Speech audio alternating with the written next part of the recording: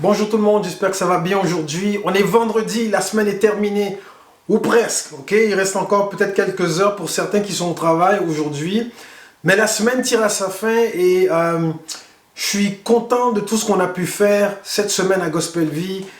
Les entretiens qu'on a eus, les rencontres qu'on a eues, il se passe beaucoup de choses et comme je vous ai dit en début de semaine, on continue de travailler, de planifier notre retour, donc l'ouverture de nos portes. Bien que on n'a encore aucune idée de la date, on ne sait pas, mais on ne va pas attendre que le gouvernement nous dise quand est-ce qu'on peut ouvrir pour commencer à planifier aussi et à s'assurer que lorsque le feu vert nous sera donné, tout est déjà en place, toutes les mesures sont déjà en place. Les choses qu'on va installer à l'église pour pouvoir accueillir les gens. On est déjà en train de planifier, de préparer, de réfléchir à toutes ces choses pour que le retour se fasse bien, dans les meilleures conditions et aussi qu'on puisse faire une célébration de notre retour dans la maison de Dieu, qui est la maison donc de toutes les personnes qui veulent célébrer avec nous la bonté, l'amour de Dieu.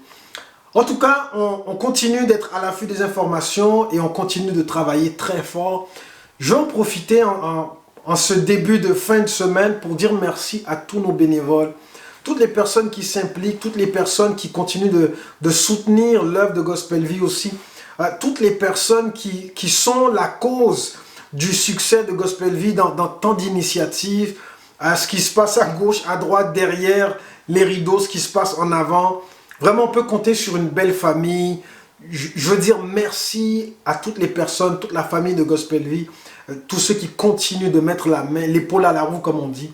Que Dieu vous fasse du bien et j'ai vraiment hâte de vous voir, de vous serrer la pince quand ce sera possible, de vous prendre dans mes bras aussi. Bon, on continue de prier en attendant et d'ici là, on veut continuer de vous communiquer l'espoir, de vous communiquer les messages qui viennent du cœur. Parce qu'on sait que Dieu va utiliser ça pour faire de belles choses dans plusieurs vies. Pour le message, la capsule Inspiration du jour, je vais vous présenter l'extrait d'un message qui nous a été apporté à Gospel Vie par le pasteur Michel Bisaillon. Michel Bisaillon, c'est le surintendant du district Québec des Assemblées de la Pentecôte du Canada. C'est un homme de Dieu, un homme au grand cœur. C'est aussi pour moi un mentor, c'est une personne que j'apprécie vraiment beaucoup et j'aime comment il a à cœur non seulement les ouvriers mais les églises du Québec. Donc il a un message profond, un message bénissant, je vais utiliser ce terme-là, à vous communiquer aujourd'hui. Ce ne sera qu'un extrait et par la suite, si vous voulez voir l'intégrale, ce sera possible de le faire. Il y aura le lien vers le message dans le descriptif de cette vidéo. Il parle des relations. Non, je ne veux pas vendre la mèche. Il parle de relations, c'est tout ce que je vais vous dire, je vais vous laisser le découvrir maintenant. Donc, je me tasse de là, profitez bien de ce message et ensuite, on se reparle pour une annonce. Ça dit, et quoi que vous fassiez, écoutez bien ça, et quoi que vous fassiez, je répète, et quoi que vous fassiez, ok? En parole ou en œuvre, ça englobe pas mal tout. Quoi que tu fasses, par ta bouche ou par tes actions. Quoi que vous fassiez en parole ou en œuvre, faites tout au nom du Seigneur Jésus-Christ, en rendant par lui des actions de grâce à Dieu le Père. Ça, c'est le premier verset que j'aimerais regarder avec vous. Au niveau des relations, ça dit, quoi que vous fassiez en parole ou en œuvre. Le verset 17 du chapitre 3 nous parle de quelque chose de vraiment important. Faites tout au nom du Seigneur Jésus-Christ. Wow! C'est comme s'il nous dit, Paul nous dit, c'est Paul qui le mentionne dans un autre épître, Paul va dire, faites tout au nom du Seigneur Jésus-Christ. Pourquoi? Parce que vous êtes ses dignes représentants. Parce que vous êtes ses ambassadeurs. Alors faites au nom du Seigneur. Donc comme représentant, comme ambassadeur. Et ce qui est important pour nous, c'est que Jésus est venu afin de démontrer qui était Dieu. Le Jésus qu'on aime, le Jésus qu'on a reçu, le Jésus qu'on vit, est venu sur cette terre afin de démontrer qui était Dieu, quel était le cœur de Dieu, quelles étaient les valeurs de Dieu. Et voici ce que la parole de Dieu nous enseigne, c'est d'être des croyants qui faisons en sorte que dans nos relations, nous faisons une différence parce qu'on fait les choses au nom du Seigneur. Tout ce qu'on fait. Et ça, c'est une vérité. Donc, vis ta vie dans tes relations. C'est en train de dire ça, là.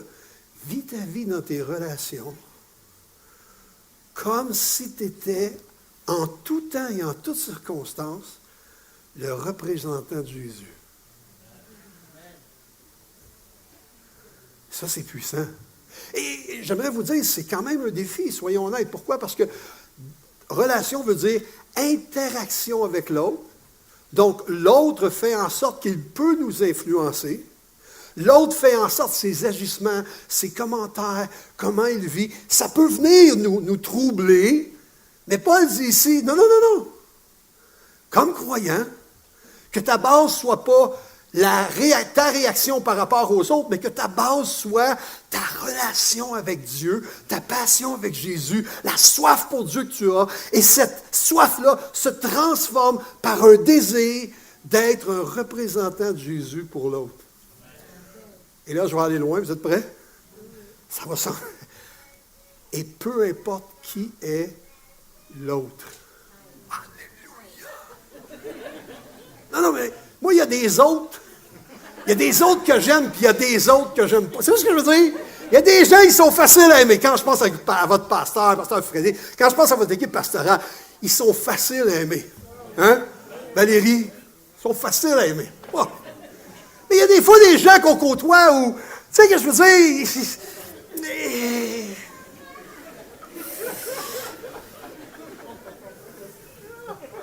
Ils ont comme des pics partout. Puis quand tu t'approches, ça pique. Ça, il y en a qui sont plus difficiles à aimer.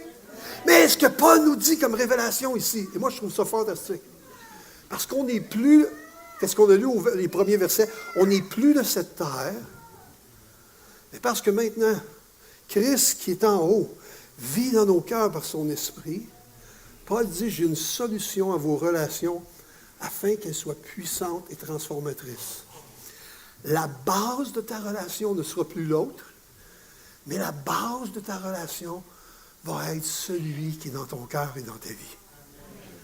Donc, quand tu vas voir l'autre, peu importe qui est l'autre, tu vas agir au nom du Seigneur Jésus-Christ, comme si tu étais un représentant de Jésus-Christ. Moi, j'aime beaucoup le fait qu'on est des représentants de Jésus-Christ. Pourquoi? Parce que Jésus a introduit des choses carrément nouvelles dans ce monde, des vérités carrément nouvelles dans ce monde, qu'aucune religion n'a introduit. Jésus a introduit, premièrement, une vérité incroyable. Et la vérité qu'il a introduite pour faire connaître le Père, c'est Dieu est amour. Attends. Les religions dans le monde, quand ils parlent de Dieu, c'est toujours un Dieu austère, un Dieu. Il a juste hâte de te trouver, de te frapper. Jésus, au travers de l'apôtre Jean, Jésus va parler, il va révéler, Dieu est amour. C'est toute une citation. Alors que dans la pensée religieuse des êtres humains, Dieu était loin parfois d'être amour. Et non seulement Jésus va enseigner ça, mais Jésus va enseigner aussi que, et ça me fascine, il va enseigner envers qui cet amour-là, Dieu va la répandre. C'est-à-dire que c'est qui vont devenir les bénéficiaires de son amour. Vous êtes prêts? La Bible déclare, Dieu aime le monde. Vous savez pourquoi Dieu aime le monde? Parce que le monde est composé de gens, de personnes. Et vous savez pourquoi Dieu aime les gens et les personnes?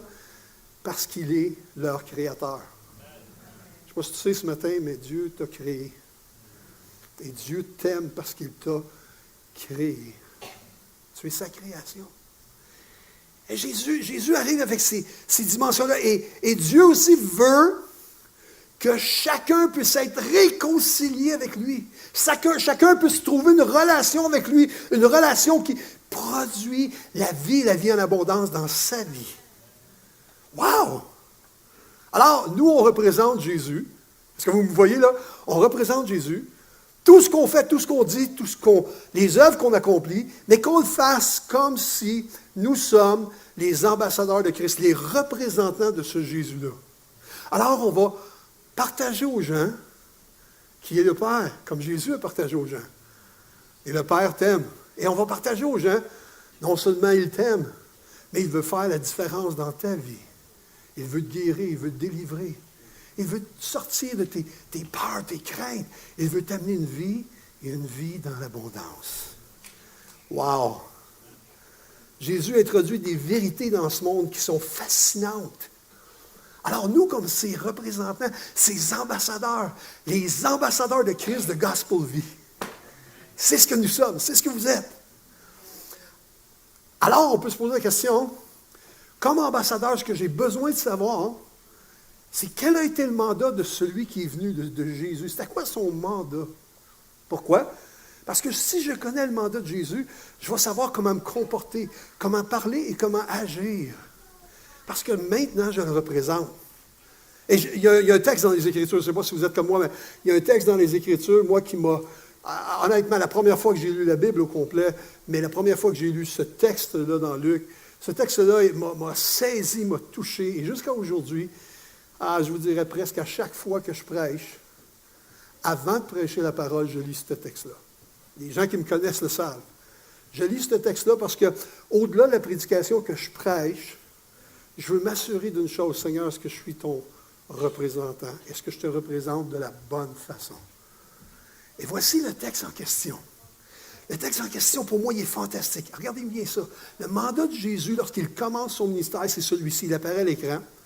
L'Esprit du Seigneur est sur moi. C'est ce que Jésus déclare. Parce qu'il m'a oint pour annoncer une... Alléluia! Une bonne nouvelle aux pauvres. Il m'a envoyé pour guérir ceux qui ont le cœur brisé. Et pour proclamer aux captifs la délivrance. Aux aveugles le recouvrement de la vue. Pour renvoyer libres les opprimés. Pour publier une année de grâce. Alors, voici le mandat que Christ a eu lorsqu'il a commencé son ministère, alors qu'il a été oint du Saint-Esprit. Maintenant, comme son représentant, moi, je dois perpétuer comme son ambassadeur, continuer son mandat dans tout ce que je dis, dans ce que je fais, parce que j'aime passionnément Jésus, parce que j'ai goûté à Christ, parce que j'ai reçu grâce sur grâce par rapport à l'œuvre de Jésus dans ma vie. Voici maintenant ces vérités-là, ces semences-là dans mon cœur vont produire un désir. Seigneur, je veux vivre cette vie et je veux être en relation avec les autres à partir du fait que je suis ton représentant, ton ambassadeur, et à partir du fait que je viens, Seigneur, pour représenter ton nom à ceux qui sont autour de moi. Wow!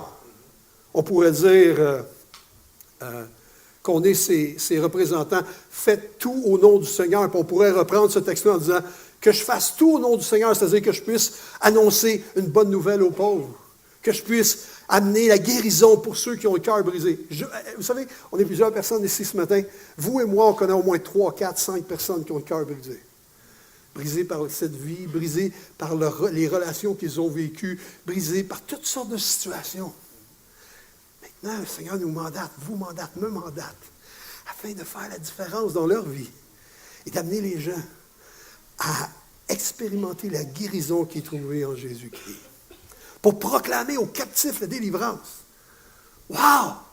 Savez-vous qu'il y en a des captifs ici, juste dans ce secteur ici de Montréal? Il y a des gens qui sont captifs de toutes sortes de choses. Mais notre travail à nous, c'est d'amener la bonne nouvelle qui rend libres les captifs. Ouh! Pour renvoyer libres les opprimés, les aveugles, le recouvrement de la vue, pour publier une année de grâce. J'aime beaucoup cette première aspect-là dont Paul nous parle dans Colossiens. Tout le chapitre parle des relations, je reviens là-dessus, tout le chapitre parle de relations. Mais lorsqu'il arrive au verset 17, il dit « Faites tout au nom du Seigneur Jésus-Christ ». Puis Paul explique le tout, parole, action. Alors s'il dit ça, c'est qu'il veut nous donner des clés de sagesse dans les relations les uns avec les autres. Et la première angle qui nous demande de regarder dans nos relations, c'est l'angle de faire tout comme si je suis le représentant de Jésus sur cette terre auprès de quiconque est autour de moi. Mais le deuxième volet est encore pire, ou meilleur, je devrais dire, pas pire. Meilleur. Pourquoi? Le deuxième volet des deux font la paix. C'est Paul continue dans ce chapitre-là. Et alors qu'il continue, il arrive au verset 23 puis il dit, tout ce que vous faites, faites-le de bon cœur. Comme pour le Seigneur et non pour des hommes. Mais juste avant, pourquoi je dis ce verset-là, il est dur à saisir. Juste avant, l'apôtre Paul va parler de relations. Femme, homme, enfant, père, fils. Il descend ces versets-là, un après l'autre. Et là, il arrive aux esclaves. Combien il y en a qui ont déjà été esclaves? Personne? OK. Moi non plus, je n'ai jamais été esclave. Je ne sais pas c'est quoi la vie d'un esclave. Mais je pense que la vie d'un esclave, c'est que tu ne te lèves pas à l'heure que tu veux et tu ne fais pas ce que tu veux. Et on t'impose des choses que tu ne veux pas faire. Ça ressemble un peu à ça, la vie d'un esclave. Je ne sais pas pour vous, là, mais si j'avais un conseil à recevoir de l'apôtre Paul concernant mes maîtres, si j'étais esclave, j'aurais vraiment hâte de savoir qu'est-ce que Paul a à me dire comme croyant face à mon maître, alors que moi, je suis un esclave. Puis Paul va continuer en disant une autre vérité. Écoutez, ces vérités-là dont je vous parle ce matin ne peuvent pas être saisies à moins que la personne qui les saisisse ait une expérience profonde dans son cœur de l'œuvre de Jésus-Christ dans sa vie. C'est important de saisir ça. Quelqu'un pourrait écouter ce qu'on dit ce matin et dire « Voyons, c'est stupide. Voyons, ça n'a pas... » Et c'est vrai.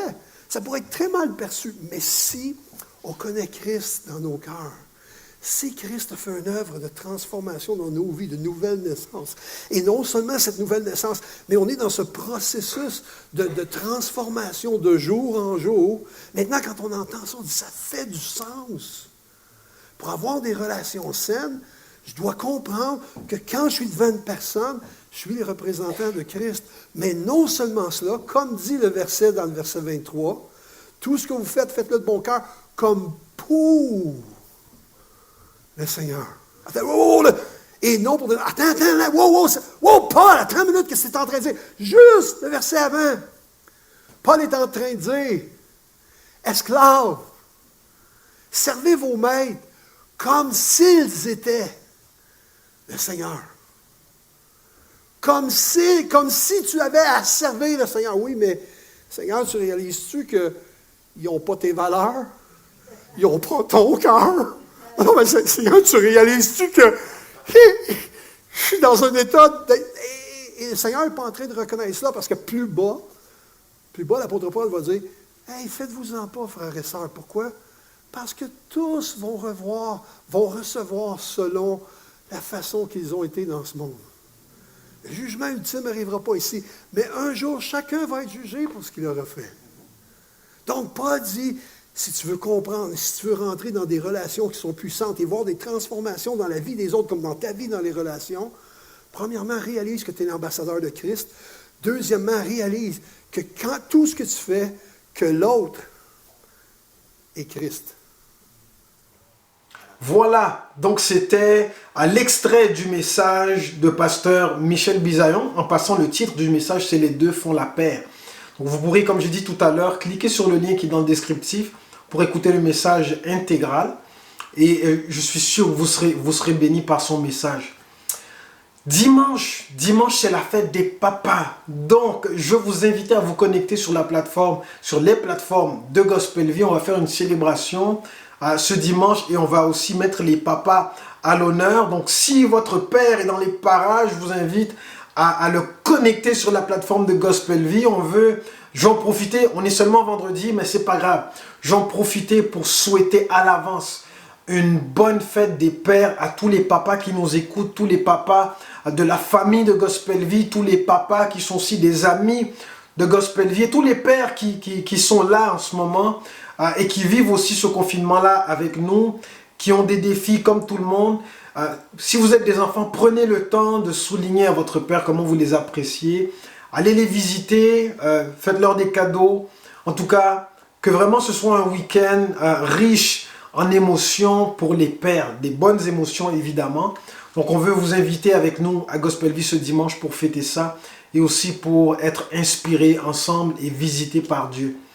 Qui que vous soyez, je veux vous dire aujourd'hui que Dieu pense à vous, qu'il connaît votre situation, vos besoins, il connaît votre cœur. Et s'il y a un besoin que vous avez, un besoin de prière, écrivez-nous.